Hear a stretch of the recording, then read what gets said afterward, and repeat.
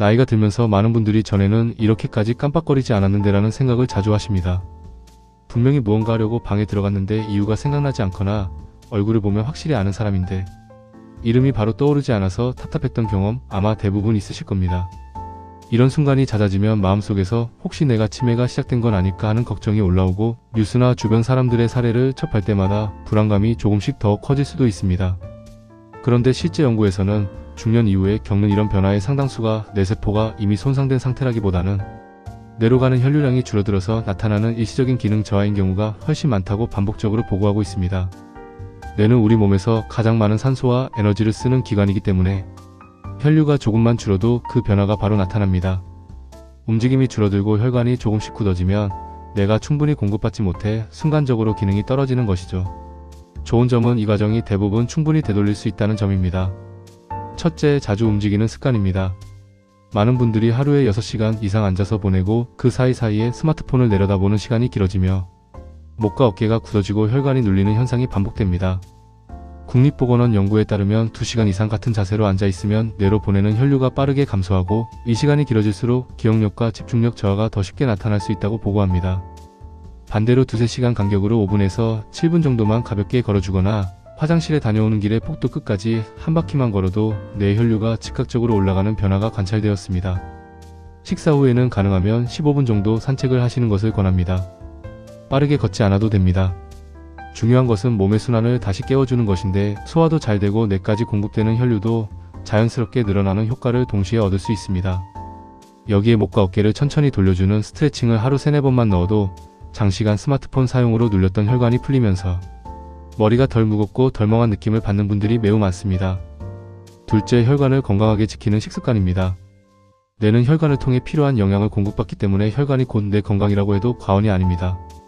여러 대학병원 연구에서는 혈관 기능이 잘 유지된 사람이 그렇지 않은 사람보다 기억력과 사고력이 더 안정적이라는 결과를 반복적으로 보여주었습니다.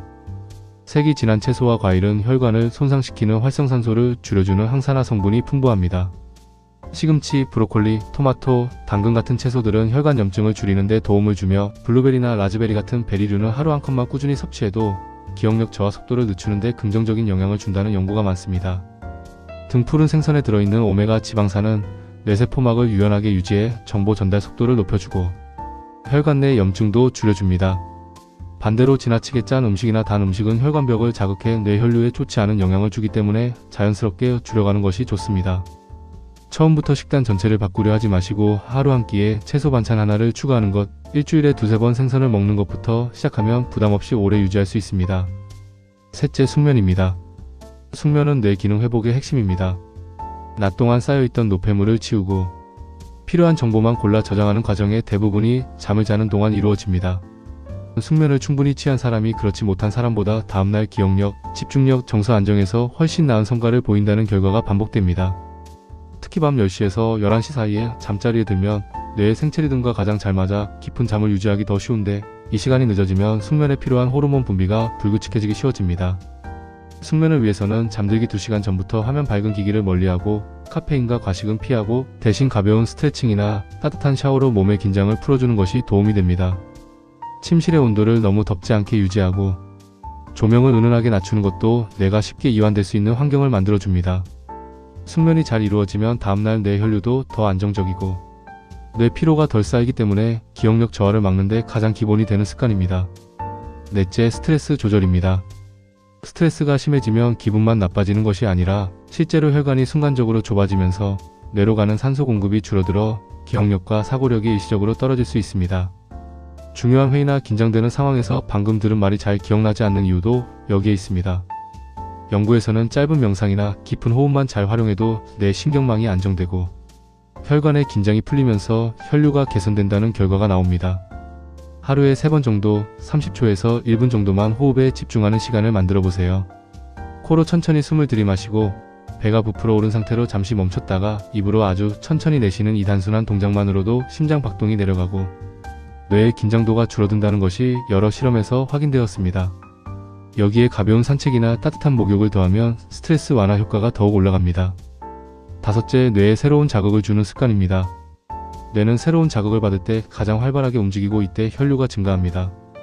어려운 공부나 힘든 학습이 아니라 일상 속에서 충분히 실천할 수 있는 작은 변화들만으로도 뇌 기능이 활발해지고 기억력 유지에 도움을 줍니다.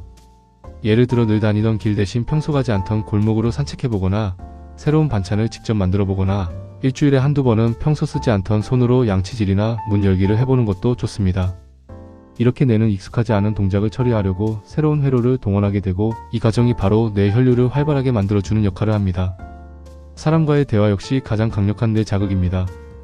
대화를 나누는 동안 뇌는 듣고 이해하고 판단하고 기억하고 연결하는 과정을 동시에 수행하기 때문에 뇌 활동이 자연스럽게 증가합니다. 중년 이후에도 가족이나 친구와 자주 대화하고 새로운 경험을 이어가는 분들은 그렇지 않은 분들보다 기억력 저하가 훨씬 늦게 나타난다는 연구도 있습니다. 결론적으로 기억력이 이전보다 떨어졌다고 해서 바로 치매라고 단정 지을 필요는 없습니다. 많은 경우 뇌 혈류가 잠시 줄어든 데에서 비롯된 변화이며 혈류만 개선돼도 뇌는 스스로 회복력을 발휘합니다. 오늘 말씀드린 5가지 움직임, 식습관, 숙면, 스트레스 조절, 두뇌 자극 이 5가지가 꾸준히 유지되면 뇌는 확실하게 안정되고 생각이 맑아지는 경험을 하실 수 있을 것입니다.